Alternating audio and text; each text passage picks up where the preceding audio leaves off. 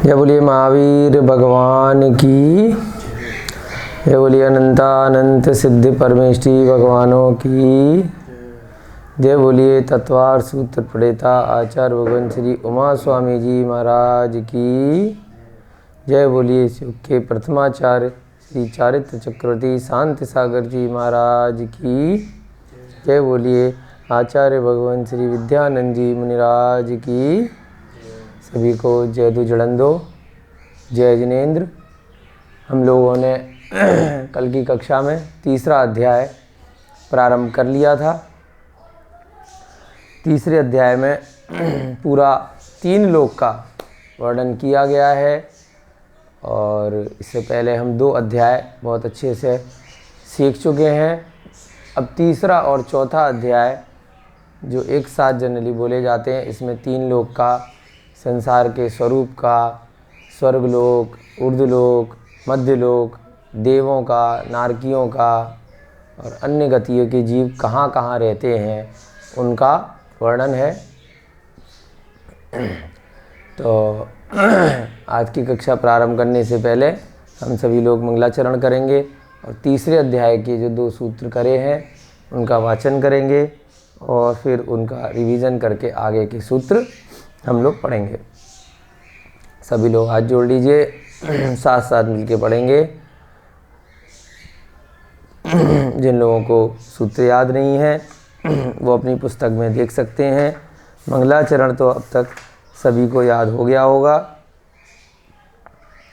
मोक्ष मार्गस्य नेतारं वेतारं कर्म भूभृतां ज्ञातारं विश्वतत्त्वानां वन्दे तद्गुणलब्धये, वन्दे तद्गुणलब्धये, वन्दे तद्गुणलब्धये। जय बोलिए आचार्य भगवान श्री उमा स्वामी जी महाराज की जय।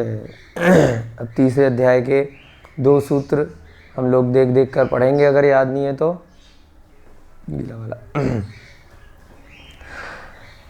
आप लोग पुस्तक में देख सकते हैं। रत्न शर्करा बालुका पंक धूम तमो महातमः प्रभा भूमयो घनाम्बु वाताकाश प्रतिष्ठा सप्ताधो अधः तासु 30 पंचविंशति पंचदश दश त्रिपंचोनेक नरक शत सहस्राणि पंच चैव यथाक्रमम्। ये 2 सूत्र हमने कल की कक्षा में किए थे। 3 लोक का वर्णन हमने समझा था कि ये जो ब्रह्मांड है, इस ब्रह्मांड के अंदर इस प्रकार से ये 3 लोक की बाउंड्री होती है, जहाँ पर सभी 6 द्रव्य रहते हैं, जिनमें से 6 द्रव्यों में से एक द्रव्य होता है जीव, यानी कि आत्मा। तो जितनी भी संसार में आत्माएं हैं वो इसी 3 लोक के अंदर रहती हैं। अब इसको 3 लोक क्यों बोला? क्योंकि इसको 3 हिस्सों में बांटा गया है। एक हिस्सा ये ऊपर वाला, एक हिस्सा ये बीच वाला और एक हिस्सा ये नीचे वाला। इस प्रकार से ये 3 हिस्से इसके होते हैं। ऊपर वाले को क्या बोलते हैं? ऊर्ध्वलोक, बीच वाले को मध्यलोक और नीचे वाले को अधोलोक। तो पहले सूत्र में मुख्य रूप से अभी अधोलोक का वर्णन किया गया है। धीरे धीरे आपको पूरा 3 लोक समझ में आने लगेगा। मुख्य रूप से जो आपको कन्फ्यूजन है वो कल की कक्षा में दूर करने का प्रयास किया था कि सबसे पहले जो आपने आज के वर्तमान युग में वैज्ञानिक जगत में जो चीज़ें अपने संसार के स्वरूप के बारे में सीखी हैं, पढ़ी हैं, तो थोड़ी देर के लिए आपको उन्हें भूलना पड़ेगा। उसके बाद हम 3 लोक जब जैन आगम से समझने का प्रयास करते हैं, बाद में जब आप कंपैरिजन करेंगे तो आप इस बात को सत्य पाएंगे कि यहाँ जो अपने आगम ग्रंथों में 3 लोक का वर्णन है, जो अरिहंत भगवान की वाणी से आई है, वही बात परम सत्य है। और वर्तमान के युग में जो आपने अपने स्कूल में, विद्यालय में, कॉलेज इत्यादि में या आपने समाचारों के माध्यम से जो भी सीखा है वो सब कहीं ना कहीं काफ़ी हद तक गलत है। कुछ बातें उनकी सही हो सकती हैं कुछ, लेकिन अधिकतर बातें उनकी सही नहीं उतरती। इसका परीक्षण हम धीरे धीरे करेंगे। यहाँ फिर पहले सूत्र में कल जब हमने लिया तो क्या नाम आया? रत्न शर्करा बालुका पंक धूम तमो महातमः प्रभा भूमियो घनाम्बुवात आकाश प्रतिष्ठा सप्ता दो अधः। ये जो 7 पृथ्वियाँ हैं एक के नीचे एक होती हैं। इन 7 पृथ्वियों के नाम पहले सूत्र में आचार्य महाराज ने दिए। क्या क्या नाम दिए? रत्न प्रभा, दूसरी शर्करा प्रभा, तीसरी बालुका प्रभा, फिर पंक प्रभा, धूम प्रभा, तमह प्रभा और महातमह प्रभा। इस प्रकार से ये 7 पृथ्वियाँ क्या कहा? सप्त अधो अधः, यानी कि ये 7 पृथ्वियाँ हैं जो एक के नीचे एक होती हैं। ये 7 पृथ्वियाँ कौन से लोक में हैं? अधोलोक में हैं, क्योंकि ये नीचे नीचे ये होती हैं। अब इन 7 पृथ्वियों के नाम क्या क्या बताए? दूसरे नाम हमने और साथ में देखे थे कल इनके। धम्मा, वंशा, मेघा, अंजना, अरिष्टा, मघवी और माघवी, क्रम से ये 7 पृथ्वियों के 7 नाम होते हैं। उसके बाद क्या देखा? घनाम्बु वाताकाश प्रतिष्ठा सप्ता दो अधः। घनाम्बु का मतलब क्या है? जैसे कि वायु का पिंड होता है। हमने उदाहरण के माध्यम से गाड़ी के नीचे के टायर का उदाहरण लिया था कि वो पूरी गाड़ी का वजन उठा लेता है। ऐसे ही इन पृथ्वियों के नीचे, सभी के नीचे घनाम्बु होते हैं। घनाम्बु अर्थात 3 प्रकार के वात वलय। घनाम्बु वात, वात माने वायु के पिंड को वात बोलते हैं, तो वो वात वलय कहलाते हैं। इस प्रकार से इन सभी पृथ्वियों के नीचे 3 वात वलय होते हैं। कौन कौन से? घनोदधि वात वलय, घन वात वलय और तनु वात वलय। कल किसी ने प्रश्न किया था कि साइड में भी होते हैं, ऊपर भी होते हैं। हाँ जी, वहाँ पर भी वात वलय होते हैं चारों तरफ। लेकिन अभी इस सूत्र में कहाँ की बात हो रही है? इस सूत्र में इन पृथ्वियों के नीचे के वात वलयों की बात हो रही है। इसके अलावा वात वलय, ये बाउंड्री जो है ऊपर इस 3 लोक की, यहाँ पर भी हैं, यहाँ पर भी हैं, यहाँ भी हैं, यहाँ भी हैं और नीचे भी हैं। सभी कोणों पर वात वलय से ये 3 लोक की एक बाउंड्री होती है, जिससे इसको इसका नक्शा बनता है। आ रही बात समझ में? वात वलय कितने हैं? 3 प्रकार के। पहला कौन सा? घनोदधिवात, दूसरा घनवात, तीसरा तनुवात।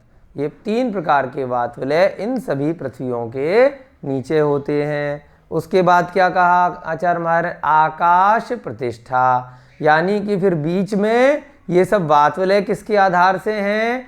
आकाश प्रतिष्ठा, यानी कि इनके सबके नीचे जो गैप है वो सब गैप क्या है? ये खुला आकाश है। जैसे हमने उदाहरण लिया था, इस कमरे में से ऊपर से अगर छत हटा दी जाए तो यहीं से आकाश बोला जाएगा। जब हम ऊपर की टॉप की मंजिल में पहुंच जाएंगे तो उसके ऊपर का, तो इसका मतलब आकाश तो सब जगह है। आकाश के बीच में हमने कुछ कुछ स्थान बना लिए। तो ये जो पृथ्वी है ये भी आकाश के ही बीच में है। आकाश इस सब जगह है। उसको क्या बोलते हैं? लोकाकाश, यानी लोक है और आकाश है। इसके बाहर, इस 3 लोक के बाहर जो स्थान है, ये जो सारा बाहर वाला स्थान है, इसको क्या बोलते हैं हम? अलोकाकाश। यानी उसमें ये 3 लोक नहीं है, परंतु आकाश है। आकाश इस पूरे स्थान पर है, जितना भी है ब्रह्मांड में, उस पूरे आकाश के अंदर बीच में ये मध्य में क्या है? 3 लोक है। तो आकाश कहाँ पर है? जब खाली आकाश लिखा हो तो उसका क्या मतलब है? कि लोकाकाश भी है और अलोकाकाश भी है। जब लोकाकाश लिखा हो उसका क्या मतलब है? इस वाले की बात कर रहे हैं जो 3 लोक का नक्शा है। और जब अलोकाकाश लिखा हो तो लोक के बाहर वाला आकाश। यानी कि बाहर वाले की बात कर रहे हैं। आ रही बात समझ में? अलग से लिख के आपको बता देते हैं, ये वर्ड बहुत बार आएगा। हमने जब अनंत प्रदेशी और असंख्यात का वर्णन किया था तब भी ये बात बताई थी कि जो 3 लोक वाला आकाश है वो असंख्यात प्रदेशी है, और पूरे आकाश की बात करेंगे तो कभी खत्म नहीं होगा, अनंत प्रदेशी है। ये क्यों खत्म होगा? क्योंकि इसकी बाउंड्री है। ठीक है। ये अंदर वाला क्या है? ये जो आपका 3 लोक का नक्शा है इसको क्या बोलते हैं? लोकाकाश, यानी कि लोक प्लस आकाश, लोकाकाश। इसके बाहर वाले को क्या बोलते हैं? जितना भी है बाहर का सारा अलोकाकाश। जो 6 द्रव्य पाए जाएंगे वो 6 की 6 द्रव्य कहाँ होते हैं? इस लोकाकाश के अंदर होते हैं। कौन कौन से 6 द्रव्य हैं? वैसे आगे के अध्याय में आएगा। जीव, उद्गल, धर्म, अधर्म, आकाश और काल। ये 6 द्रव्य इस 3 लोक के अंदर अर्थात लोकाकाश के अंदर होते हैं। इनमें से एक द्रव्य कौन सा बोला? अंत वाला, फिर से बोलिए। जीव, उद्गल, धर्म, अधर्म, आकाश और काल। तो एक द्रव्य आकाश आया इसमें, 5वां आया कि नहीं आया? तो इसका मतलब आकाश भी एक द्रव्य होता है, वो भी इसमें है। लेकिन 3 लोक के बाहर 6 द्रव्य नहीं होते, मात्र एक द्रव्य होता है आकाश वाला। 6 में से 5 द्रव्य नहीं है। कौन सा द्रव्य है 3 लोक के बाहर? केवल आकाश है। न काल है, न धर्म है, न अधर्म है, न जीव है और न ही पुद्गल है, खाली मात्र आकाश है। तो क्या बोलते हैं? ये जो बाउंड्री है इसको क्या बोलते हैं? लोकाकाश, और बाहर वाली अलोकाकाश। तो क्या लिखा है इसमें? आकाश की प्रतिष्ठा से ये सारी पृथ्वियाँ होती हैं, यानी आकाश ने इस पूरे 3 लोक को स्थान दिया है, और इस पूरे 3 लोक में जितने भी ये पृथ्वियाँ हैं वो भी आकाश के अंदर ही हैं, आकाश की प्रतिष्ठा से हैं, यानी आकाश के आधार से हैं। उसके बाद क्या लिखा सूत्र में? सप्त अधो अधः, यानी कि ये 7 भूमियाँ एक के नीचे एक हैं। अब आप कहेंगे कि हमने तो पृथ्वियाँ 8 पढ़ी थी, हम रोज सुबह पूजा करते हैं, उसमें हम बोलते हैं अष्टम वसुधा पाने को। तो ये अष्टम वसुधा कहाँ से आ गई? पृथ्वियाँ कितनी हैं? 7 हैं कि 8 हैं? 7 पृथ्वियाँ नीचे हैं। तो फिर 8वीं पृथ्वी के लिए आप अर्घ्य क्यों चढ़ा रहे हो? रोज अष्टम वसुधा पाने को रोज चढ़ाए जा रहे हो। पृथ्वियाँ 8 होती हैं। कितनी होती हैं? 8 है ना। 8वीं पृथ्वी ऊपर है। अभी सूत्र देखिए आप, सूत्र में क्या लिखा है? अधो अधः। इन्होंने ये नहीं कहा कि 7 ही पृथ्वियां होती हैं, ये 7 पृथ्वियां एक के नीचे एक है ना। वर्ड पढ़ो आप, प्रतिष्ठा सप्त अधो अधो। यह कहाँ लिखा है कि केवल 7 ही पृथ्वियां होती हैं? पृथ्वियां अभी आगे के सूत्र में आएगा, पृथ्वियां तो 8 हैं, लेकिन ये 7 पृथ्वियां एक के नीचे एक है। अब 8वीं पृथ्वी कहाँ पर है? 8वीं पृथ्वी, ये भी तो एक लाइन दिख रही है आपको ऊपर, ये है 8वीं पृथ्वी, जहाँ के लिए आप रोज भगवान से आग्रह करते हैं, वसुधा माने पृथ्वी, कि मैं इन 7 पृथ्वियों में तो बहुत घूम कर आ चुका, अब मैं एक बार इस 8वीं पृथ्वी पर जाना चाहता हूँ। इसलिए हम अर्घ्य चढ़ाते हैं विदेह क्षेत्र के 20 तीर्थंकरों को कि अष्टम वत्सा पाने को देवसास गुरु को ध्याऊं। तो इनमें से कोई 7 पृथ्वियों पे जाने के लिए आप आग्रह कर रहे हैं क्या? कहाँ के लिए आप आग्रह कर रहे हैं? 8वीं पृथ्वी। तो इसका वर्णन अभी आगे आएगा। इस पृथ्वी का क्या नाम है? अब चर्चा चलिए तो बता देते हैं। इस पृथ्वी का नाम है ईशत प्रागभार।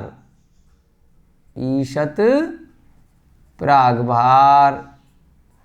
ये जैसे 7 पृथ्वियों का नाम होता है रत्नप्रभा, शर्करा प्रभा, बालुका, पंक, धूम, तमह, महातमह। और ये जो मुख्य पृथ्वी है जिस पे अपन सब जाने के लिए यहाँ पर 3 लोक का वर्णन पढ़ रहे हैं, तत्वार्थ सूत्र पढ़ रहे हैं, मोक्ष शास्त्र पढ़ रहे हैं, तो मोक्ष वाले जीव कहाँ रहते हैं? जिनको सिद्ध हो गया, सिद्ध भगवान सारे कहाँ हैं? यहाँ ईशत प्रागभार पृथ्वी पर सारे सिद्ध परमेष्ठी भगवान विराजमान होते हैं। उससे पहले सभी लोग यहाँ पर मध्यलोक में मनुष्य गति में होते हैं, जो मुनि महाराज इत्यादि बनते हैं। तीर्थंकर भी कहाँ पर होंगे? सब यहाँ पर रत्न प्रभा पृथ्वी पर उसके खर भाग में होंगे, मनुष्य भव में। ठीक है, आ गया समझ में आपके?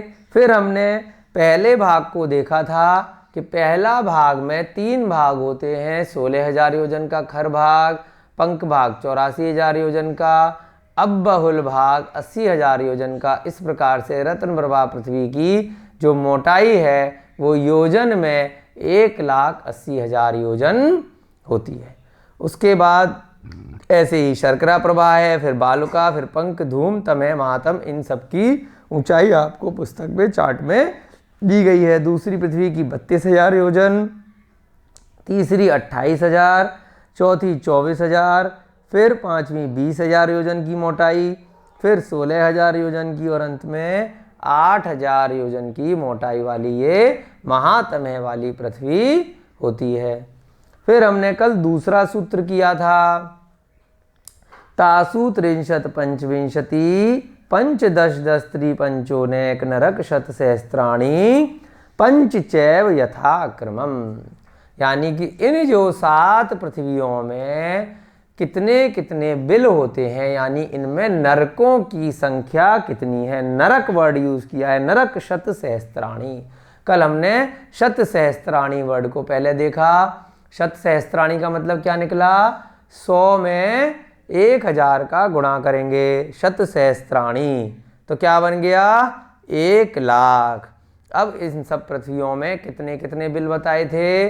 तासु 63, पहले वाले में 63 माने 30, 63 3, और शत माने क्या हो गया? 63 किसको बोलते हैं? 30 को।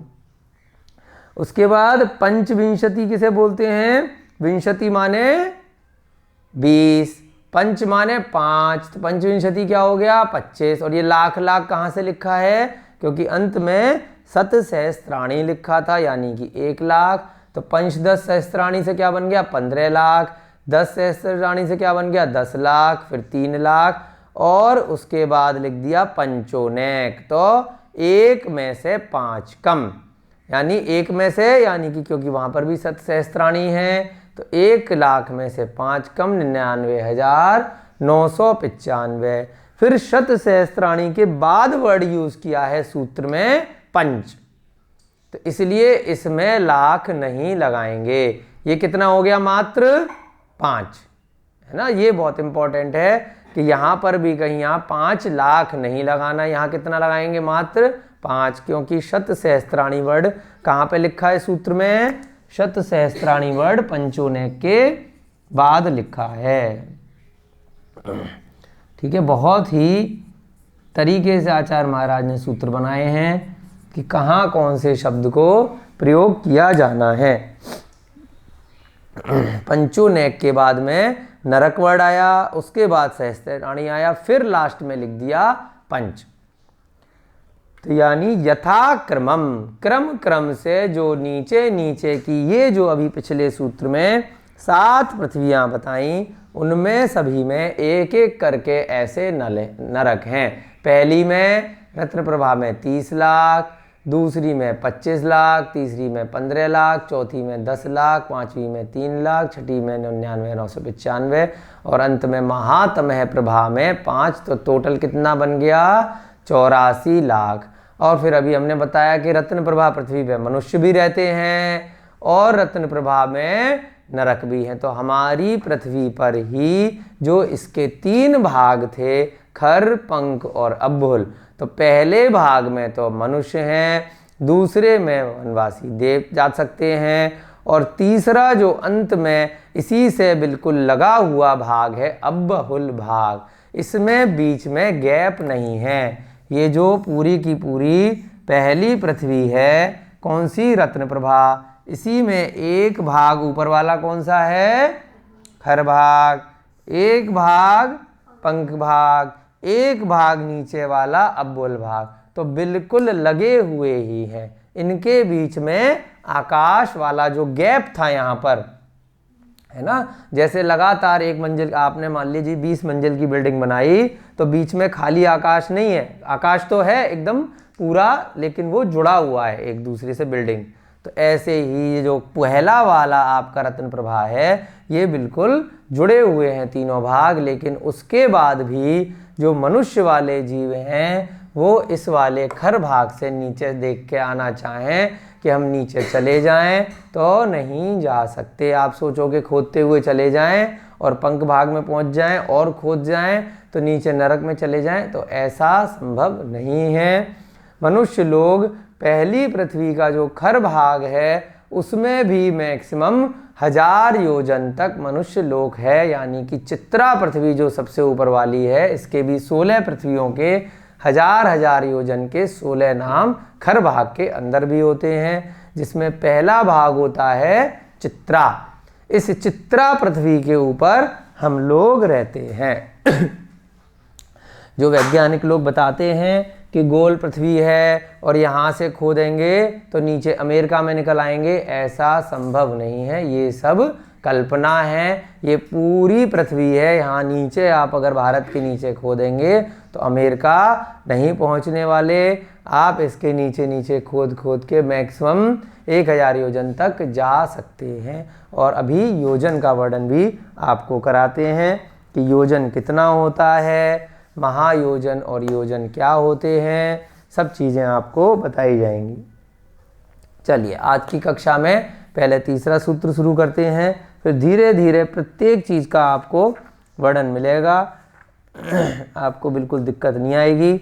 सब चीज़ों का योजन क्या है, राजू क्या है, ये हमारी पृथ्वी कितनी ऊंची है, कितनी चौड़ी है, हर दिशा में कैसी है, सारा वर्णन तीसरे और चौथे अध्याय में आपको आ जाएगा। मिटा दें इसको। ये बना रहने देते हैं, इधर से मिटा देते हैं, ठीक है।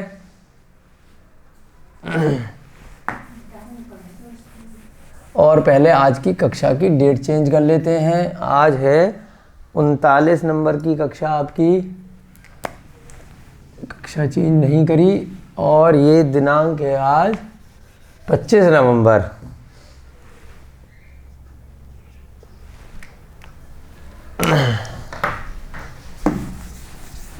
पहली पृथ्वी में कहां पर है नरक के बिल? अव्वहुल भाग में।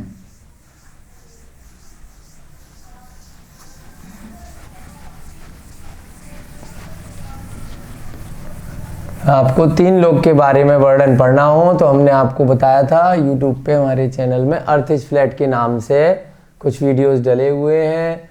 एक नंदुरबार का वीडियो है, वहाँ शिविर लगाया था, और भी कई अन्य जगह के वीडियोस हैं, वहाँ से भी आप इसको समझ सकते हैं। चार्ट के माध्यम से उसमें अच्छे से समझाया गया है।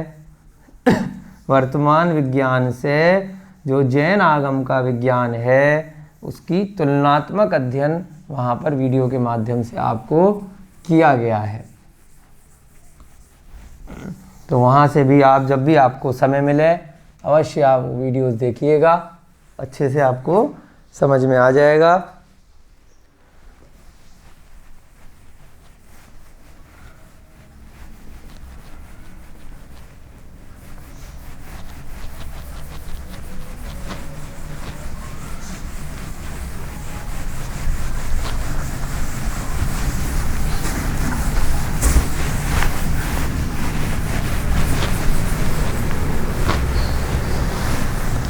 चलिए तीसरा सूत्र पढ़िए आप सभी लोग मिलके। जिनके पास पुस्तक है वहाँ से भी देख सकते हैं, जिनके पास नहीं है तो उनके लिए अभी हम लिखवाने जा रहे हैं आपको तीसरा सूत्र।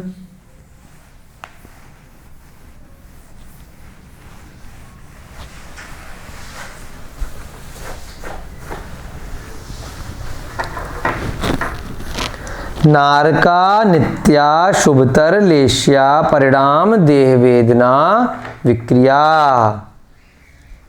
नारका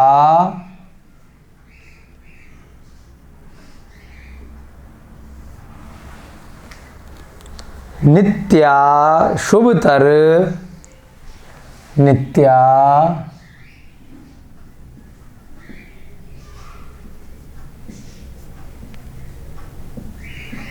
शुभतर लेश्या परिणाम देह वेदना।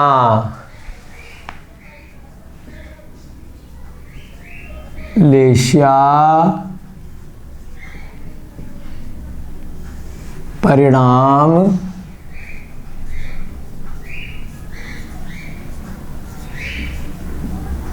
देह वेदना।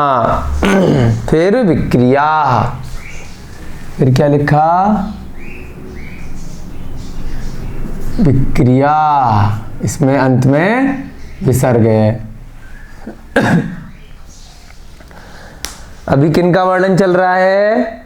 अभी इन दो सूत्रों में इन 7 पृथ्वियों का ही वर्णन चल रहा है।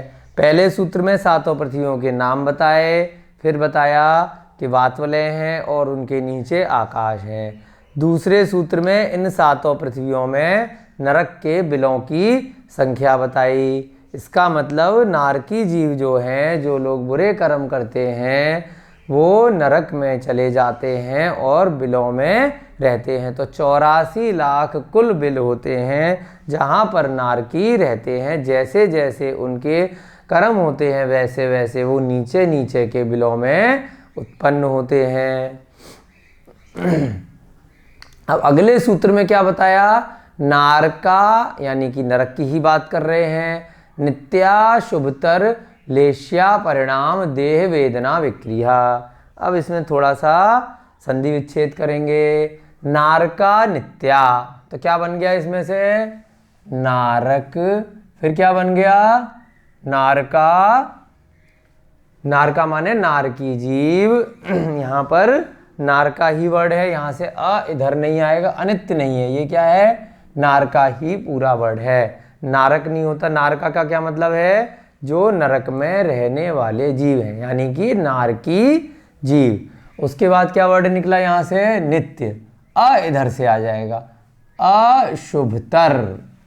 नारकी जीव में नित्य माने हमेशा, यानी कि परमानेंट, जितने दिन तक वो नरक में है। क्या है? अशुभतर लेश्या। लेश्या आपने दूसरे अध्याय में, आपको अगर ध्यान होगा तो शायद 6ठा सूत्र था। अभी हम वाला सूत्र का भी रिवीजन कर लेंगे देख के, जिससे आप लोग भूल ना गए हों। 6ठे सूत्र में दूसरे अध्याय में लेश्या का वर्णन किया था। 6 प्रकार की लेश्या हमने पढ़ी थी। कृष्ण, नील, कापोत, पीत, पद्म और शुक्ल। ऐसे जो आत्मा के जीवों के भाव होते हैं, उनके ऐसे ऐसे परिणाम होते हैं, ऐसी उनकी लेश्या 6 प्रकार से होती हैं। उसके बाद परिणाम, यानी कि उनके जो भाव हैं, परिणाम हैं। देह माने उनका जो शरीर है। वेदना माने उनको जो वेदना होती है, जो कष्ट इत्यादि होता है। विक्रिया माने जैसे वैक्रियक शरीर होता है, ऐसे ही नारकियों के भी क्या है?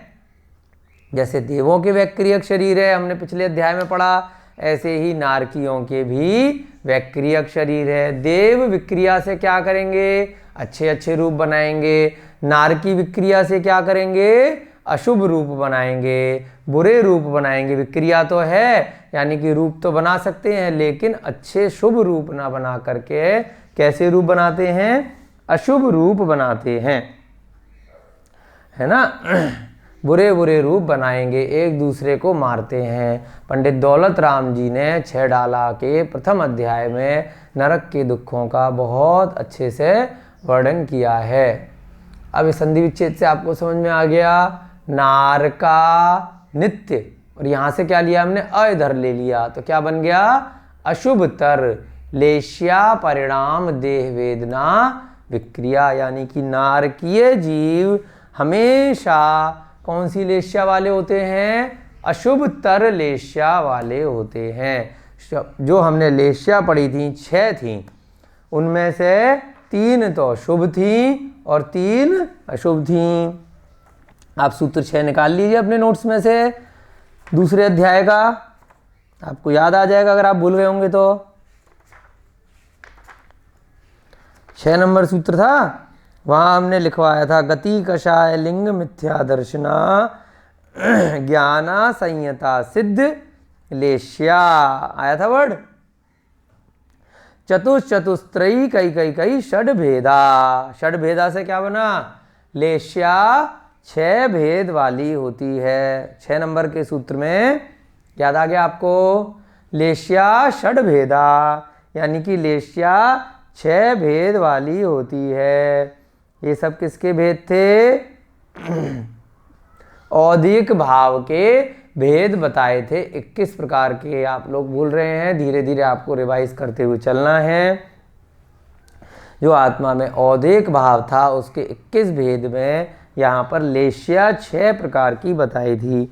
तब आपको बताया गया था कृष्ण नील कापोत अशुभ वाली होती है और पीत पदम शुक्ल कैसी होती है, शुभ वाली होती है, यानी कि अच्छे जीवों में होती है। तो यहाँ पर इन्होंने क्या कह दिया, अशुभ तर वाली है। तो कौन सी लेश्या रह गई यहाँ पर, कृष्ण नील और कापोत, है ना। जो 6 लेश्या थी, कृष्ण नील कापोत कौन सी थी, अशुभ वाली थी। पीत पदम शुक्ल कौन सी वाली थी, शुभ वाली थी। शुक्ल होता है ऐसे आप लगा सकते हैं, कृष्ण बोलते हैं काले को, ठीक है।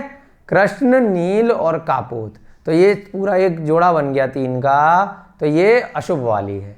और शुक्ल बोलते हैं श्वेत को, सफ़ेद को, तो पीत पदम शुक्ल कौन सी हो गई, शुभ वाली हो गई। तो इस प्रकार से आप जोड़े में याद कर सकते हैं कि सफ़ेद हो गया अच्छा और काला हो गया खराब वाली लेश्या। तो फिर से बोलिए आप लोग, याद हो जाएगा ऐसे आपको। कृष्ण नील कापोत कौन सी वाली हैं, शुभ है कि अशुभ है, अशुभ है क्योंकि काला आ गया उसमें। और पीत पदम शुक्ल कौन सी वाली हैं, सफ़ेद आ गया इसमें, तो शुभ वाली है। तो अब इसमें क्या कह दिया, अशुभ तर, तो यानी कि यहाँ पे कौन सी रह गई, कृष्ण नील और कापोत। यहाँ पर पीत पदम शुक्ल लेश्या नहीं होती। किन की बात कर रहे हैं, नारकी की। नारका माने नारकी जीव। उसके बाद नित्य, नित्य माने हमेशा।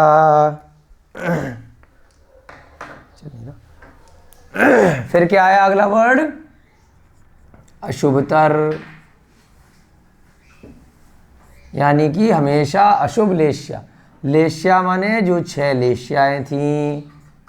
उसके बाद परिणाम माने उनके जो भी आत्मा के भाव होते हैं, जो परिणाम होते हैं, जो इंद्रियां होती हैं, उनसे जो कार्य किया जाता है उसको भी परिणाम कहते हैं। यानी कि स्पर्श रसगंध वर्ण और जो शब्द हैं, ये सब भी आत्मा के ऊपर जो उनका शरीर है, जो वैक्रियक शरीर है, वो सब भी कैसा है, लेश्या भी अशुभ है, परिणाम भी उनके अशुभ हैं। यानी कि जो भी उनकी इंद्रियों से जो भी कार्य करेंगे, देखने का, सुनने का, रंग का, है ना, और स्पर्श का, रस का, वो सब उनका अशुभ ही होता है। देह माने उनका जो शरीर है बहुत ही गंदा, है ना, बदबूदार। और उसके बाद उनकी जो वेदना होती है वो सभी कैसी है, सब अशुभ है। विक्रिया भी कैसी है, शुभ नहीं है। अब ये अशुभ तर सभी के आगे लगाना है आपको, है ना। अशुभ लेश्या भी अशुभ है, परिणाम भी अशुभ है, एक बार लिख दिया अशुभ, ठीक है। उसके बाद उनके परिणाम भी अशुभ हैं, देह भी अशुभ है, और वेदना भी अशुभ है, और विक्रिया भी, ये सब अशुभ अशुभ है। और ठीक इस सूत्र का जब उल्टा कर देंगे हम तो देवों में पहुंच जाएंगे। वहाँ पर क्या हो जाएगा, लेश्या भी शुभ हो जाएगी, ये सब चीज़ें उनकी शुभ होती चली जाएंगी। तो शुभ लेश्या कौन सी है, पीत पदम शुक्ल वाली। तो ऐसे ही नारकीय जीव और देवगति के जीवों में बिल्कुल विपरीत प्रभाव रहता है उनके पिछले जन्मों के कर्मों की वजह से। नारका माने नारकी जीव, यानी कि नरक गति में जो जीव चले जाते हैं, जो 4 गतियों में से एक गति पड़ी थी। नित्य माने हमेशा, यानी कि हमेशा निरंतर उनकी बरी रहती है। और इसका दूसरा अर्थ भी लगा सकते हैं कि अत्यंत भी हो सकता है, यानी कि बहुत ज़्यादा, हमेशा। अशुभतर माने अशुभ, यानी कि बुरी। लेश्या 6 लेश्या में से अशुभ वाली, यानी कि कौन सी, अभी नीचे हम लिखेंगे क्योंकि अशुभ के साथ में लिखा है तो वो वाली। परिणाम भी उनके अशुभ हैं। परिणाम का मतलब क्या है, यहाँ पर जो इंद्रियों के जो कार्य हैं, 5 इंद्रियां होती हैं, इंद्रियां, अच्छा देवताओं नारकियों, देवों की और नारकियों की इंद्रियां कितनी हैं, सबकी 5 हैं, 4 हैं, 3 हैं, 2 हैं, 1 हैं, सब पंचेंद्रिय हैं। इनकी भी 5 इंद्रियां होती हैं। फिर हमने कौन सा देखा था, नरक गति के जो जीव हैं उनके 3 में से कितने लिंग हैं, स्त्रीलिंग, पुल्लिंग और नपुंसक लिंग में से। नरक के जीवों की बात कर रहे हैं, हाँ, नरक के जीव और सम्मूर्छन जीव हमेशा नियम से नपुंसक लिंग वाले होते हैं, भूलना नहीं है आपको, ठीक है। तो ये 2 चीज़ याद रखनी है। और देवों में कौन कौन से लिंग हैं, वहाँ नपुंसक नहीं होता। मनुष्यों में और बाकी त्रियंचों में 3 लिंग होते हैं। तो यहाँ पर पंचेंद्रिय के जीव होते हैं, तो इनके परिणाम भी स्पर्श, रस, गंध, वर्ण और कान से क्या सुनते हैं, शब्द। तो ये सब उनकी जो इंद्रियों का कार्य है, वो शब्द भी कैसा है, ये सब भी उनके अशुभ हैं। जो स्पर्शन इंद्रिय है, उनकी जो विक्रिया शरीर से बनती है, वो भी अशुभ है। रस भी उनका अशुभ है, गंध भी उनको अशुभ है, वर्ण भी अशुभ है, रंग भी, और शब्द भी अशुभ सुनाई देते हैं। देह माने जो शरीर है वो भी अशुभ होता है। वेदना, जो कष्ट होता है, वेदना वो भी बहुत ज़्यादा अशुभ होती है। विक्रिया माने विक्रिया के धारक होते हैं। 6 डाला में बताया है कि कभी वो जीव से एक दूसरे को मारने काटने के लिए कभी गरम कढ़ाई बन जाते हैं, उसमें तेल बन जाते हैं और दूसरे नारकियों को उसमें उबालते हैं। कभी सेमरतरु नाम का एक वृक्ष होता है, वैसे वैसे उसके नुकीले पत्ते बन जाते हैं। कभी जो वहाँ पे वैतरणी नदी होती है तो उसके बड़े बड़े कीड़े बन जाते हैं। वो जितने भी कीड़े इत्यादि हैं वो सब क्या हैं, वो सब त्रियंच नहीं होते नरक के अंदर। नरक के अंदर स्थावर जीव तो हैं एक इंद्रिय पर्याय के, उसके अलावा जितने भी जीव हैं वो सब नारकीय जीव होते हैं। वो अगर उन्हें कीड़ा मकोड़ा भी बनना है, अस्त्र शस्त्र भी बनना है, तो स्वयं से ही वो विक्रिया से धारण करके ही अस्त्र शस्त्र बन जाते हैं, कीड़े बन जाते हैं, या कुछ भी अलग अलग रूप धारण करके एक दूसरे को मारते हैं, काटते हैं और कष्ट देते हैं। लेकिन हमने अभी कल वाले अध्याय में क्या पढ़ा था अंत में, कि जो उपपाद जन्म, लास्ट वाला सूत्र पढ़ा था 53 वाला, उपपाद जन्म वाले अनपवर्त्य आयु वाले होते हैं। क्या मतलब, उपपाद जन्म में नारकी आ गए, कितना भी एक दूसरे को मारेंगे, काटेंगे, कष्ट देंगे, लेकिन उनकी आयु जो पीछे से लेकर आए हैं वो समाप्त नहीं होगी, पहले परिपूर्ण आयु वाले होंगे। अकाल मरण नहीं हो सकता। कितना भी एक दूसरे को वेदना दें, कष्ट दें, बिल्कुल टुकड़े टुकड़े कर दें, लेकिन फिर भी कैसा आया है वर्णन, जैसे पारा टूटने के बाद पुनः मिल जाता है, वैसे ही नारकियों का शरीर टुकड़े टुकड़े हो जाने के बाद भी पारे की भांति वापस मिल जाता है। फिर उनकी विक्रिया से वो फिर कुछ और करेंगे। तो क्या बना, विक्रिया माने वैक्रियक शरीर या विक्रिया के धारक होते हैं, उनका अपना वैक्रियक शरीर होता है, जिस वजह से क्या कर सकते हैं, वो विक्रिया से रूप बना सकते हैं दूसरे दूसरे। विक्रिया के धारक, आगे आपके समझ में। अब इसको अर्थ रूप में एक साथ लिख लेते हैं। अब इन्होंने अधो अधः पहले सूत्र में लिख दिया था, उसके बाद सूत्र चल रहा था ऐसा।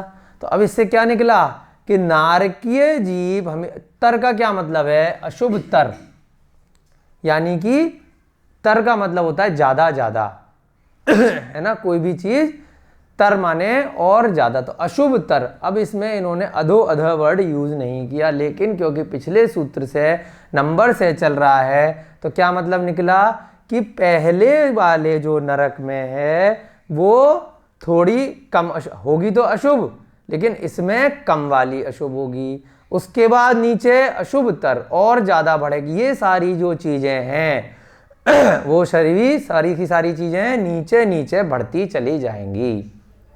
तर लगा दिया ना इन्होंने। तो लेश्या इसमें थोड़ी है अशुभ में भी, जो थोड़ी कम अशुभ है। कृष्ण नील कापोत में कम अशुभ वाली कौन सी है, कृष्ण नील कापोत में पहले हमने बताई थी ना उस दिन, सबसे ज्यादा खतरनाक होती है कृष्ण। तो कम अशुभ कौन सी है, नीचे वाली कापोत। तो ऊपर वाले में कौन सी हो जाएगी, यहां पर कापोत वाली, फिर नीचे वालों में धीरे धीरे नील वाली, और अंत में जाके कौन सी हो जाएगी, कृष्ण वाली। ऐसे ही परिणाम ऊपर वाले में थोड़े अशुभ तो रहेंगे लेकिन कम अशुभ, धीरे धीरे नीचे बढ़ते जाएंगे।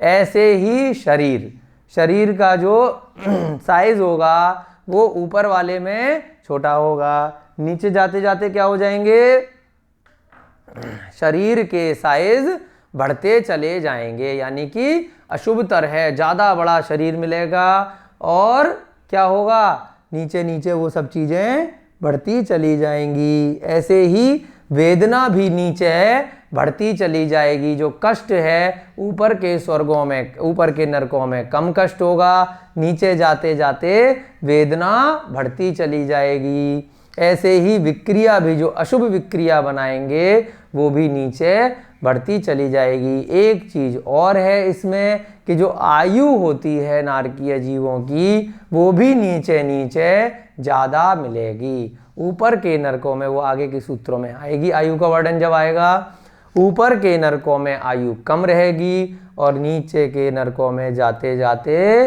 33 सागर तक की आयु हो जाती है। जो ऊपर के नरकों में 10,000 वर्ष की आयु से प्रारंभ होगी, वो आगे के सूत्रों में एक एक नरक की आपको अच्छे से आयु बताई जाएगी।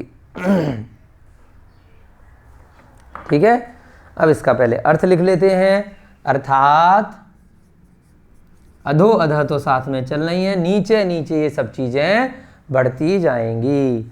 नारकी जीव क्रम से नीचे नीचे की पृथ्वियों में हमेशा अत्यंत अशुभ लेश्या परिणाम शरीर वेदना तथा विक्रिया के धारक होते हैं। अर्थात नारकी जीव क्रम क्रम से, यानी कि एक के नरक के नीचे ये सब चीजें बढ़ती जाती हैं, क्रम क्रम से नीचे नीचे के नरकों में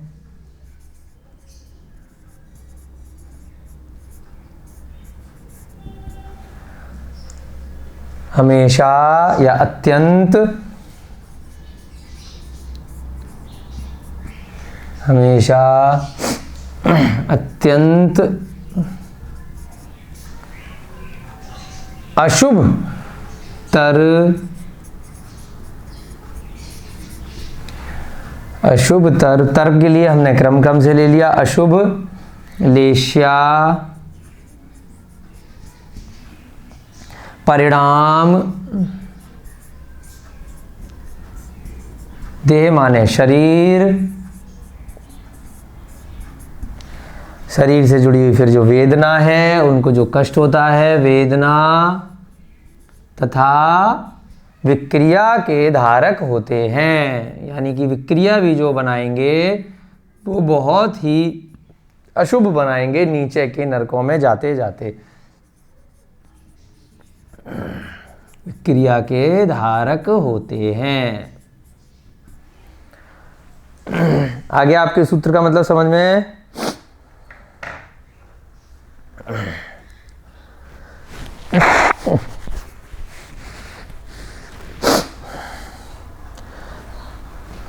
अब इसमें हम दोबारा से एक बार लिख लेते हैं।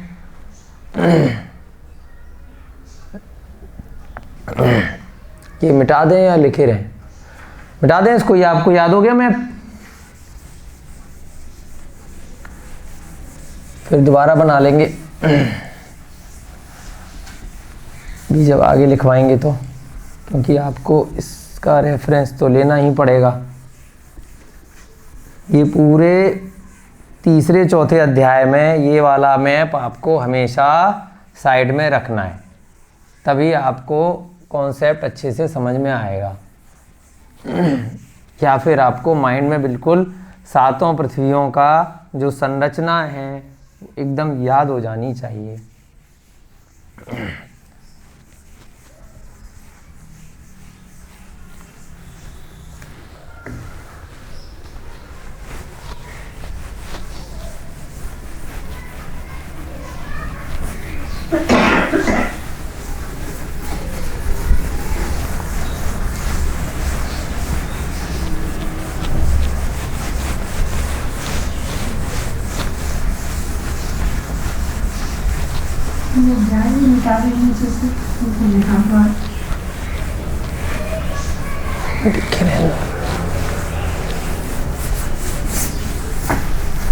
चलिए अब इसमें हम लिखते हैं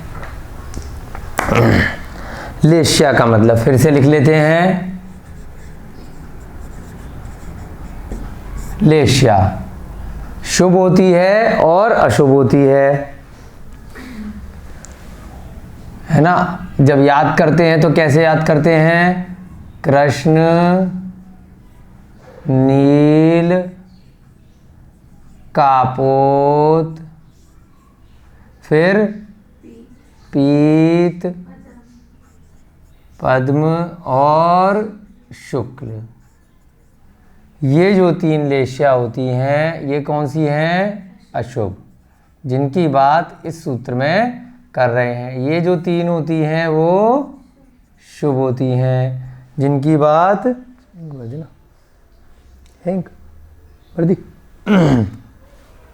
ये तीनों शुभ होती हैं। अब कैसे हम देखेंगे इसको? इनमें कषाय कैसी रहती है? ये हमने जब दूसरा अध्याय किया था, अध्याय 2 सूत्र 6, वहाँ पर भी इसका वर्णन हमने किया था। कषाय कृष्ण वाले में कैसी है? तीव्रतम है, नील में तीव्रतर और कापोत में तीव्र। यानी यहाँ पर आपकी कषाय पढ़ी थी ना, क्रोध, मान, माया, लोभ, बचपन में आपने बहुत बाल बोध में पढ़ी होंगी। तो उसमें जो चारों प्रकार की कषाय हैं वो कापोत में कैसी है? तीव्र है। नील में और बड़ी इससे तीव्र तर, और कृष्ण में कैसी हो गई? तीव्रतम, बहुत ज़्यादा। तो सबसे ज़्यादा जो बुरी है इन छहों में वो कैसी है? कृष्ण वाली जो अशुभ लेश्या है उसमें तीव्रतम कषाय है। शुभ वाले में कैसी होती है? फिर यहाँ पर पीत, पद्म और शुक्ल ऐसे चलते हैं, तो ये थोड़ी मंद हो जाती है कषाय।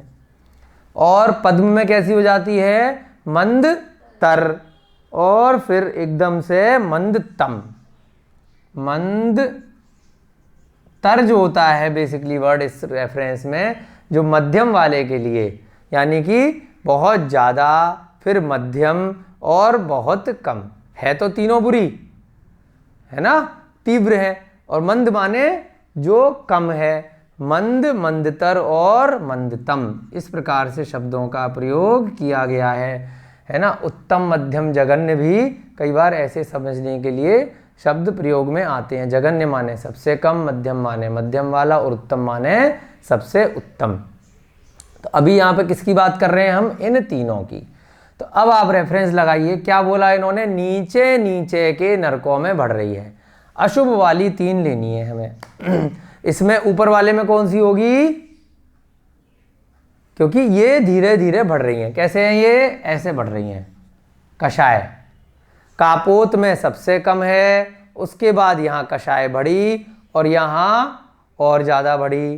तो यहाँ पर क्या कह रहे हैं, नीचे नीचे के नरकों में बढ़ती जा रही है। यानी कि पहला नरक कौन सा है आपका,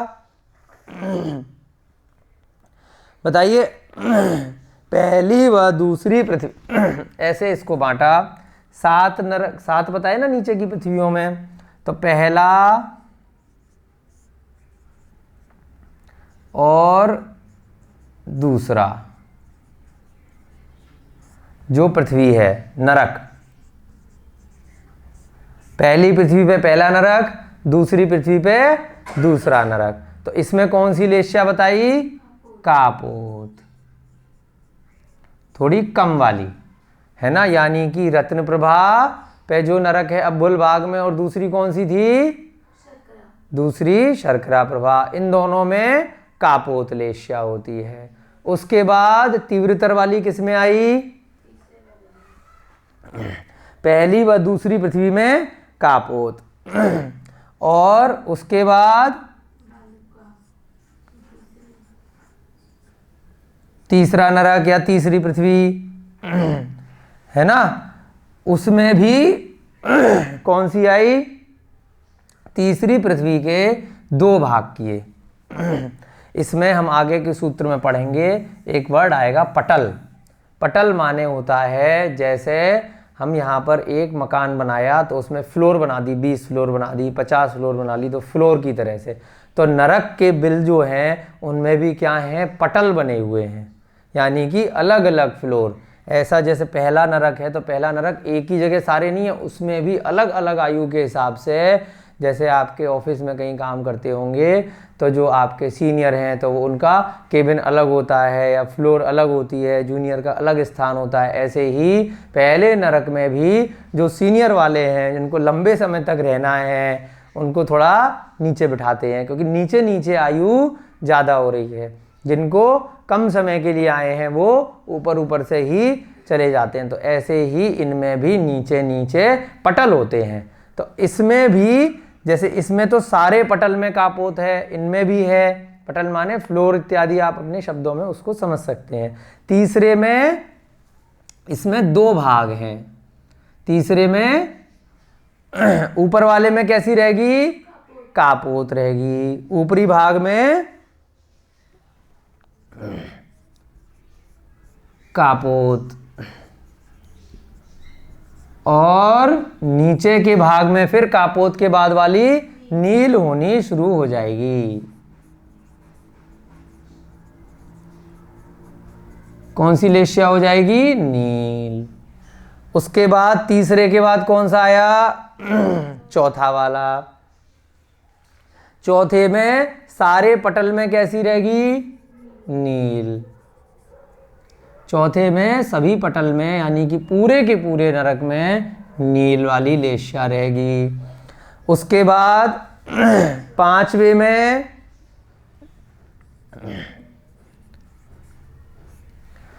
अब 5वें के भी 2 भाग हो जाएंगे। जो 5वें नरक है, तो नीचे जा रहे हैं हम नरक में, है ना। 1 नरक, 2, 3, 4, 5, 6, 7, इस प्रकार से 7 नरक है। तो ऊपर वाले में अशुभतर में कौन सी लेश्या है, कापोत वाली, ठीक है। दूसरे वाले में भी कापोत वाली। तीसरे वाले में ऊपर से कापोत चल रहे हैं ना, इसके बहुत सारे पटल हैं, तो क्या हो गई, ऊपर के कुछ में कापोत, नीचे वाले में नील, चौथे वाले में नील, 5वें वाले में, हाँ। अब 5वें वाले में कैसे जाएंगे, इसमें भी बहुत सारे मान लीजिए पटल हैं। तो इसमें ऊपर से कौन सी आ रही थी, नील वाली थी। तो 5वें में ऊपर के भाग में कौन सी जाएगी, नील वाली। और आधे हिस्से में कौन सी चली जाएगी, नीचे कृष्ण, ऊपर के भाग में नील और नीचे के भाग में अब कृष्ण आ गए, यानी कि 5वें के आधे हिस्से से बहुत तीव्रतम कषाय प्रारंभ होनी शुरू हो गई। उसके बाद छठे और 7वें में, जैसे ऊपर पहले और दूसरे में कापोत थी, ऐसे ही छठे और 7वें में कौन सी है? अब बताइए कौन सी रह गई? इसमें कृष्ण शुरू हो गई थी यहां से, तो अंत में सभी में कृष्ण हो जाएगी, सारे की सारे पटलों में। छठे के सभी पूरे पूरे नरक में कृष्ण रहेगी, और 7वें में भी पूरे नरक में कृष्ण वाली लेश्या रहेगी। समझ में आ रहा है? कोई डिफिकल्ट तो नहीं लग रहा आपको? फिर से समझाएं। 6 लेश्या होती हैं, जिसमें से कि ये 3 लेश्याओं की बात कर रहे हैं। अभी इनकी बात नारकीय जीवों में नहीं की जाएगी, क्योंकि ये तो शुभ लेश्याएं हैं और नारकियों के तो सारी की सारी अशुभ हैं। अब इसमें भी आप ऐसे एरो लगा सकते हैं, ये ऐसे जा रही है और ये धीरे धीरे ऐसे लेश्या बढ़ती जाएंगी, है ना। यानी कि इस एरो का क्या मतलब है? ऊपर वाले में कापोत, फिर नील और अंत में जाके कृष्ण लेश्या बन गई। कापोत वाली कैसी थी? तीव्र वाली, और उसके बाद नील वाली तीव्रतर, और कृष्ण वाली तीव्रतम। इस प्रकार से ये जो ऊपर की 3 लेश्यां हैं, इनमें सारे की सारे जो 7 नरक हैं, यानी कि जो 7 पृथ्वियां हैं, जो नीचे नीचे की अधो अधः, उसमें लेश्या बढ़ती जाती है, अशुभ वाली ज़्यादा होती जाती है। अगला शब्द क्या दिया है? परिणाम। परिणाम माने उनके जो स्पर्श रस गंध वर्ण शब्द हैं, वो सभी बुरे बुरे होते हैं। उसके बाद अगला शब्द है देह, यानी कि शरीर। शरीर भी उनका कैसा होता जाएगा? नीचे नीचे के नरकों में शरीर बढ़ता जाएगा, यानी कि बड़ा होता जाएगा। स्वर्गों में क्या होता है? जैसे जैसे ऊपर के स्वर्ग बढ़ेंगे, वैसे वैसे शरीर छोटा होता जाता है। ज़्यादा बड़ा शरीर ज़्यादा कष्ट देता है ना। जितना बड़ा शरीर होगा तो शरीर के बारे में क्या कह रहे हैं? शरीर की एक वर्ड आता है अवगाहना। आपने कई बार पहले भी सुना होगा कि बाहुबली भगवान की शरीर की अवगाहना कितने धनुष की थी? 525 धनुष की थी। आदिनाथ भगवान की और भरत चक्रवर्ती की थी 500 धनुष की थी। तो ये अवगाहना का मतलब क्या होता है? महावीर भगवान की कितनी थी? वो हाथ में थी, राई हाथ में। तो धीरे धीरे जैसे जैसे है ना, 7 हाथ की थी तो हाथ में आ जाती है। धनुष होता है बड़ा और हाथ छोटा होता है। तो शरीर की अवगाहना, यानी कि इस वर्ड में क्या कह रहे हैं? अशुभतर होती जाती है, और ये सब नीचे नीचे क्या हो रही है? बढ़ती जा रही है। तो नारकी जीव के जो शरीर हैं, नीचे नीचे के नरकों में बढ़ती जाएगी। अब कैसे बढ़ेगी वो भी आप यहाँ पे लिख सकते हैं। शरीर की अवगाहना,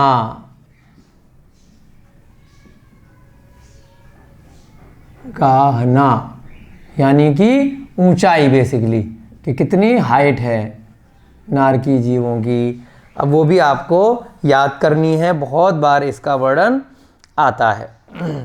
अब क्या बोल रहे हैं? बढ़ती जा रही है नीचे नीचे के नरकों में। तो कहाँ से शुरू करेंगे हम? पहले नरक से।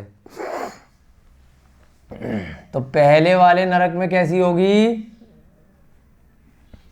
पहले नरक में भी नीचे नीचे के उनके पटल नीचे नीचे जाएंगे, क्योंकि अब जैसे मान लीजिए आपको बेसमेंट में जाना है, किसी बिल्डिंग में, पार्किंग में जाना है, या बहुत जगह आपने देखा होगा नीचे बेसमेंट होता है। तो कैसे होता है बेसमेंट? -1, फिर -2, फिर -3, -4। तो नीचे नीचे गिनती बढ़ रही है ना। तो अब आपको ऊपर जाना है ना, जो आपका मेन ग्राउंड फ्लोर है वहाँ से ऊपर जाना है। तो कैसे बढ़ेंगे, +1 2 3 4 ऐसे जाएंगे, और नीचे जाएंगे तो -1 2 3 4 नीचे की तरफ, 1 2 3 4, और ऊपर जाएंगे तो अब यहीं पर पहले ग्राउंड फ्लोर आएगा, है ना। ग्राउंड फ्लोर को यहाँ पे क्या बोला, ग्राउंड फ्लोर कौन सी है, यहाँ पर मध्यलोक है। अब अगर यहाँ से हम समझें, उसके नीचे नरक शुरू हो गए, और ऊपर ऐसे ही 1 2 3 4 स्वर्ग शुरू हो जाएंगे। ठीक है, हम लोग कहाँ पर हैं, ग्राउंड फ्लोर पर हैं अभी, है ना। ग्राउंड फ्लोर और जो 1 वाला है वो एक ही जगह पर है, पहली पृथ्वी पर।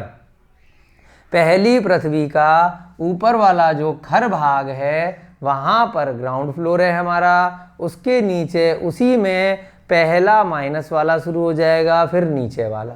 तो नीचे नीचे जैसे जाएंगे, तो अब आपको ये क्यों बता रहे हैं, पटल नीचे नीचे है नरक में। पटल माने फ्लोर, यानी कि पहले नरक का भी, अब ये जो पहला नरक है इसमें भी कई सारी मंजिल हैं। तो पहले नरक में भी बहुत सारे पटल हैं, तो उसमें जो पहला पटल कहाँ पर आएगा, यानी कि इसमें सबसे ऊपर वाला, है ना। नीचे जा रहे हैं ना हम, तो नीचे में टॉप फ्लोर, है ना। तो उसे क्या बोलेंगे, पहले नरक का पहला पटल, नरक का। अब बोहल बाग की बात कर रहे हैं यहाँ पे, चित्रा पृथ्वी की बात नहीं कर रहे। ठीक है, नरक का वर्णन चल रहा है अभी, नारकी जीव का वर्णन चल रहा है ना। तो पहले नरक का पहला पटल, वहां पर जो नारकी जीव होंगे उनकी ऊंचाई कितनी है, 3 हाथ की। कितनी अवगाहन आई, 3 हाथ, सबसे कम वाले। पहले नरक के पहले पटल में नारकियों की ऊंचाई 3 हाथ। ठीक है, 3 हाथ 6 अंगुल पहली पृथ्वी में। फिर अंत में जाके कैसी हो गई, 7 धनुष 3 हाथ और 6 अंगुल, ये गणनाएं होती हैं। अब पहली पृथ्वी में एक तरह से जब लास्ट में पहुंच गए, पहले नरक का पहला पटल क्या हो गया, है ना, प्रथम पटल इतना हो गया। फिर उसके बाद बढ़ते बढ़ते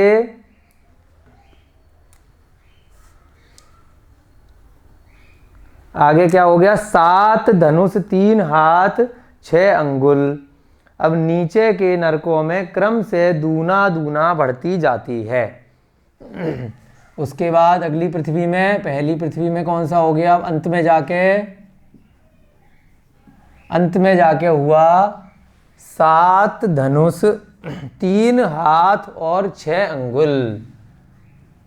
धनुष हाथ से बड़ा होता है, 3 हाथ, और हाथ से छोटा क्या होता है, अंगुल।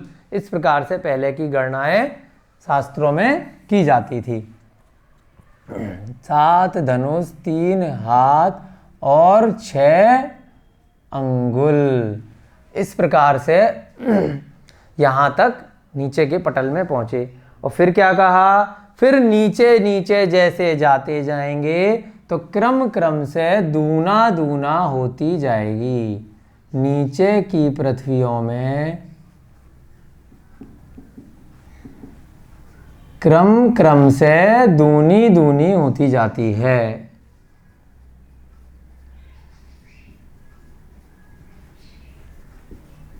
जो हाइट है नारकियों की, ठीक है।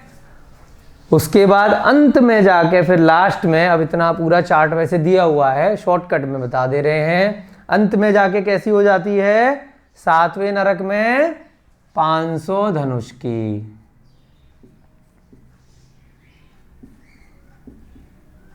7वें नरक में कितनी हो जाएगी, और 7वें नरक में जो बिल्कुल लास्ट में 5 बिल बताए थे, कल के बताए थे ना, लास्ट वाले में कितने हैं, 5। जो 7वां नरक है वहां पे कितने बिल हैं, 5 बिल हैं। उनमें कौन सी हो जाएगी, 500 धनुष। इतने बड़े हो जाएंगे, जितने बड़े मान लीजिए आदिनाथ भगवान की आयु थी चतुर्थ काल में, तो सबसे बड़ी उनकी अवगाहना नारकियों की नीचे के नरकों में होती जाती है।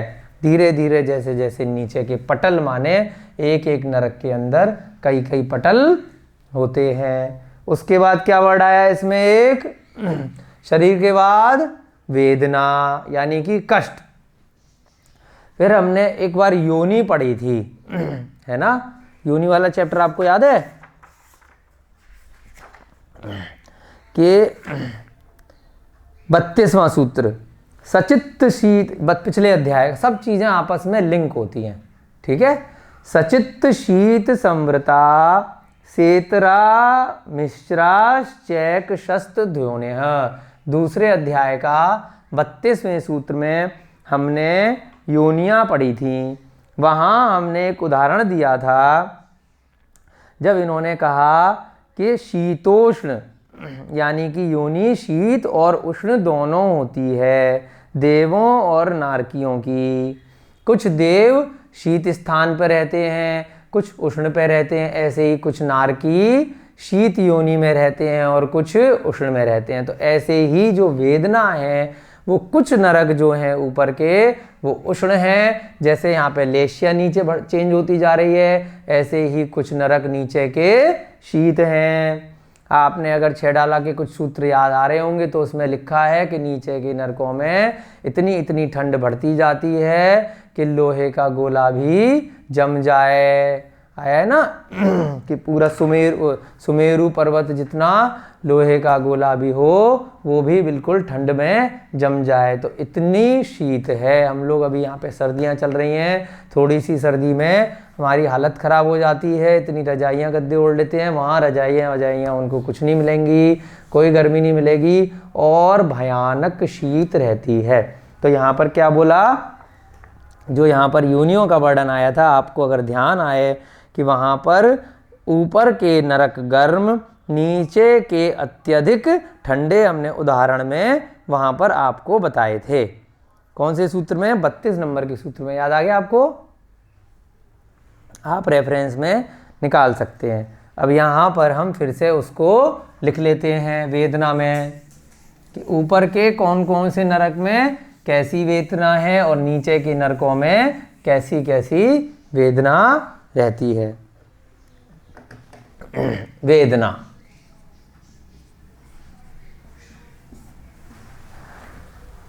पहली, दूसरी, तीसरी, चौथी, यानी कि रत्न प्रभा, दूसरी शर्करा, तीसरी बालुका, चौथी, ये सब याद हो जाने चाहिए।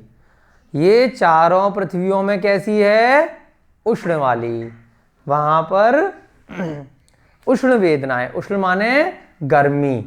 अब धीरे धीरे आप समझिए, ऊपर वाले में कौन सी होगी, कम गर्मी होगी, गर्मी रहेगी रत्न प्रभा में। उसके नीचे दूसरी पृथ्वी का क्या नाम था, दूसरी पृथ्वी रत्न प्रभा के नीचे, उसमें और ज्यादा गर्मी होगी। उसके बाद तीसरी पृथ्वी बालुका, और ज्यादा गर्मी होगी। उसके बाद पंख प्रभा, और ज्यादा गर्मी उसमें होती जाएगी। वेदना, पहली, दूसरी, तीसरी और चौथी, है ना। इन पृथ्वियों में कैसी वेदना है, इनमें वेदना उष्ण है, उष्ण वाली, यानी कि गर्म मौसम रहेगा वहां पर, और धीरे धीरे एक के नीचे एक पटलों में बढ़ता चला जाएगा। जैसे जैसे नीचे की पृथ्वी के नीचे के नरक आएंगे वो गर्मी की वेदना भयानक होती चली जाएगी। फिर क्या बोला, पांचवी पृथ्वी में, इसमें भी 2 भाग, ऊपर वाली में कौन सी है, उष्ण, ऊपरी भाग में उष्ण रहेगी, और नीचे के भाग से यहाँ पर प्रारंभ हो जाएगी आपकी शीत वाली, है ना। शीत वाली वेदना उष्ण वेदना से ज़्यादा कष्टदायक होती है ठंड में। गर्मी में तो आप थोड़ा बहुत झेल लेंगे, लेकिन ठंड में क्या होगा कि बिल्कुल बहुत बार शीत में आपने देखा है कि ठंड में लोगों की मृत्यु हो जाती है। गर्मी कितनी भी पड़े तो इतनी ज़्यादा उसमें मृत्यु तक नहीं आदमी जाता। लेकिन नारकी में क्या बताया, अनप्यवर्त आयु वाले मरेंगे नहीं। ये बहुत बड़ा उनका ड्रॉबैक है। कितनी भी ठंड हो जाए, कितनी भी सर्दी हो जाए, कष्ट रहेगा, लेकिन मृत्यु नहीं आएगी जब तक पूरी आयु नहीं भोग लेंगे। उसके बाद पांचवी पृथ्वी के बाद कौन सी पृथ्वी आएगी, छठी और सातवीं। छठवीं और सातवीं। अब यहां पर जाते जाते जो वर्ड यूज किया उन्होंने कहा शीत भी नहीं है, महाशीत है, कि शीत का भी भयंकर वाला जो रूप है, ऐसी वेदना छठी और सातवीं पीढ़ी जो है उसमें रहती है। तो इस सूत्र को बहुत डिटेल में आपको समझाया है, तो आपको भूलना नहीं है। तो क्यों ये सारी चीज़ें समझा रहे हैं आचार्य महाराज, जिससे कि वास्तविकता का आपको अगर बोध रहेगा तो आप थोड़े डरेंगे। आप जो नरक में जाने के उपक्रम कर रहे हैं वर्तमान में, वो थोड़े कम करेंगे। आपको थोड़ा पता रहेगा कि कौन से वाले जीव नरक जाते हैं। तो हम सभी का भी दोबारा से नंबर आ सकता है। पहले तो हम कई बार जा चुके हैं, वहीं से घूम कर आए हैं यहाँ पर, लेकिन फिर से जा सकते हैं। इसलिए आचार्य महाराज यहाँ पर बता रहे हैं कि सावधान होने की ज़रूरत है। जो गलतियाँ पहले करी थीं उनको अपन को दोबारा से नहीं करना है। चलिए अगला सूत्र लेंगे। ये वाला सूत्र आपको अच्छे समझ में आ गया। वेदना के बारे में वर्णन हो गया, लेश्या के बारे में वर्णन हो गया, और नीचे नीचे के नरकों में एक के नीचे एक शरीर की अवगाहना बढ़ती जाती है, कष्ट बढ़ता जाता है, लेश्या बुरी होती जाती है, और आपका वेदना भी बढ़ता जाती है। एक सूत्र और लेंगे आज की क्लास में। खाली एक ही सूत्र हुआ है अभी तक, चौथे नंबर का सूत्र। क्या है, परस्परो दीरित दुखा। क्या है सूत्र, परस्परो दीरित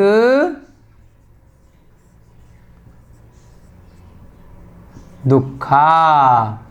पहले ही वो अपने नारकी क्या होते हैं, अपने कष्ट से परेशान होते हैं, लेकिन फिर भी उनको शांति नहीं होती, फिर भी एक दूसरे को दुख देते रहते हैं। परस्पर माने एक दूसरे को, दीरित माने देते रहते हैं, दुखा माने दुख, है ना। अपने दुख से दुखी होने के बाद में भी शांति नहीं है। आपने देखा होगा कि त्रियंच गति में बहुत सारे जीव होते हैं, कुत्ते हैं, बिल्ली हैं, चूहे हैं, जानवर हैं, अन्य अन्य, फिर भी क्या है, उनको दुख तो है ना। कोई जीव है, मान लीजिए सुअर है, नाले में रह रहा है, कुत्ता है, इतनी ठंड में बाहर सड़क पे रह रहा है, इतनी गंदगी में, उसे खाने को मिल रहा है नहीं मिल रहा है ना। अपने दुख से दुखी होने के बाद भी दूसरे कुत्तों को भौंक रहा है, मार रहा है ना, आपस में लड़ रहे हैं। ऐसी अन्य अन्य जानवरों की प्रकृतियाँ होती हैं। स्वयं दुखी होने के बाद भी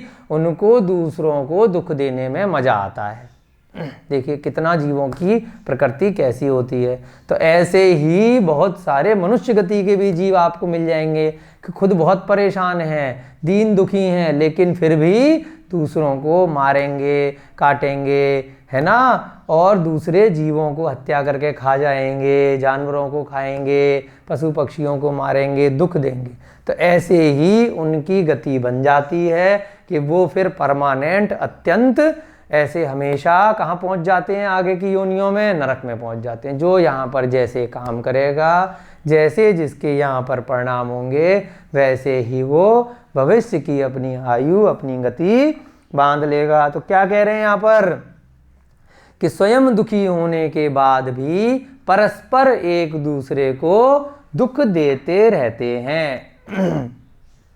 अपने शरीर से क्या करते हैं, विक्रिया से अस्त्र शस्त्र बना लेंगे, गरम तेल का कढ़ा बना लेंगे, उसमें दूसरे नारकियों को पटक पटक के उसमें उबालेंगे, फिर कहीं पर उनको नदी में फेंक देंगे जहाँ पर कीड़े मकोड़े बन जाएंगे, उनको काटेंगे। पता है कि दूसरा मरेगा नहीं, फिर भी कर रहे हैं क्योंकि कष्ट स्वयं को भी हो रहा है और दूसरे को भी दे रहे हैं। तो उसी में वो अपना समय पास करते रहते हैं। जितनी भी सागरों की उनकी आयु मिली है, प्रतिदिन नित्य वो यही काम करते रहते हैं। उनको बिल्कुल भी उनके परिणाम अच्छे नहीं रहते।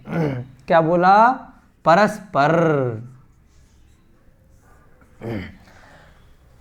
परस्पर उदीरित, यहां से क्या ले लिया? उ, यानी कि दूसरे को उदीरित दुखा। परस्पर उदीरित दुखा। परस्पर उदीरित माने उत्पन्न करने वाले, देने वाले, है ना। परस्पर दुख उत्पन्न करते हैं। परस्पर माने एक दूसरे को या आपस में, वो उसे मारेगा, वो उसे मारेगा, ऐसे करके उनका चक्र चलता रहता है। एक दूसरे को यानी कि आपस में। अब यहाँ पे दोबारा से नरक वर्ड यूज नहीं किया, वो पिछले सूत्र से कंटिन्यूअस चल रहा है। उदीरित माने देते रहते हैं या देते हैं या उत्पन्न कराते हैं, उत्पन्न कराते हैं। फिर क्या बोला? दुखा माने दुख, यानी मारना, काटना, कष्ट देना। जबकि खुद भूखे हैं, खाने को कुछ मिल नहीं रहा है, फिर भी दूसरों को मार रहे हैं। ऐसी ही उनकी प्रकृति बन जाती है।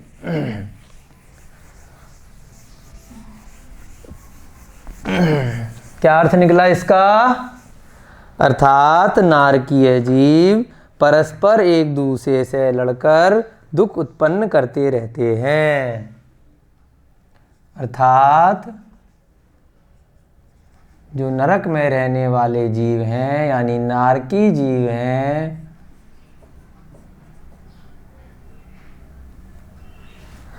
नारकी जीव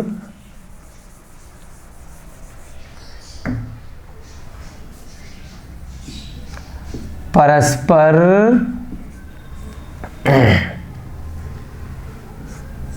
एक दूसरे से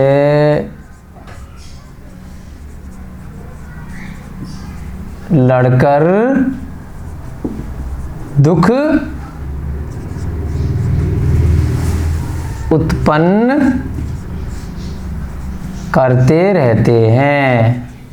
यहाँ आप नोट में लिख लीजिए। अगर आपके पास समय हो तो आप पंडित दौलत राम जी की 6 डाला की पुस्तक है छोटी सी, उसका पहला अध्याय आप अवश्य अपने घर जाके पढ़िएगा।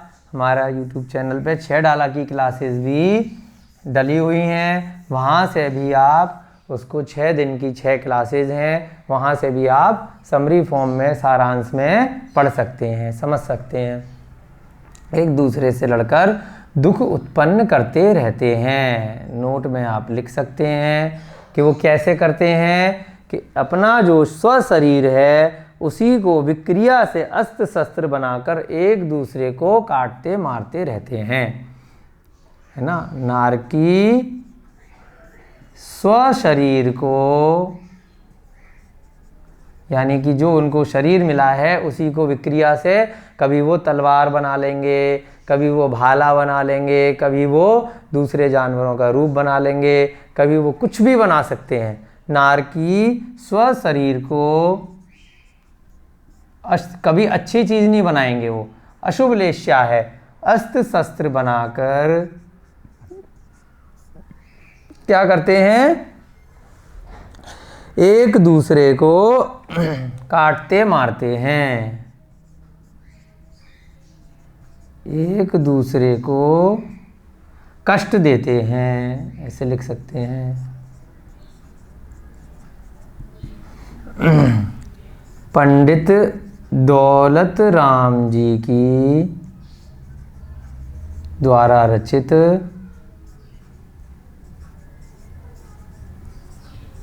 छह ढाला ग्रंथ में नरक के दुखों का विस्तृत वर्णन है। ये इसलिए यहाँ पे लिख दिया है, आपको जब भी समय मिले आप इसका अध्ययन अवश्य कीजिएगा। चलिए, ज़्यादा सूत्र नहीं हुए आज, मात्र 2 ही सूत्र हुए हैं, क्योंकि और भी आपको रेफरेंस देना था इसमें। तो आज की कक्षा का आपका समय हो रहा है। अगली कक्षा में और आपके नरक के में क्या क्या चर्चा है वो और आगे जाके करेंगे कल की कक्षाओं में। ठीक है, जय बोलिए महावीर भगवान की जय, बोलिए आचार्य भगवान श्री उमा स्वामी जी महाराज की जय, बोलिए चारित्र चक्रवर्ती श्री शांति सागर जी महाराज की जय, बोलिए आचार्य भगवान श्री विद्यानंद जी मुनिराज की जय, बोलिए अनंतानंत सिद्ध परमेष्टि भगवानों की। सभी को जय जिनेन्द्र जय दू जड़ंदो।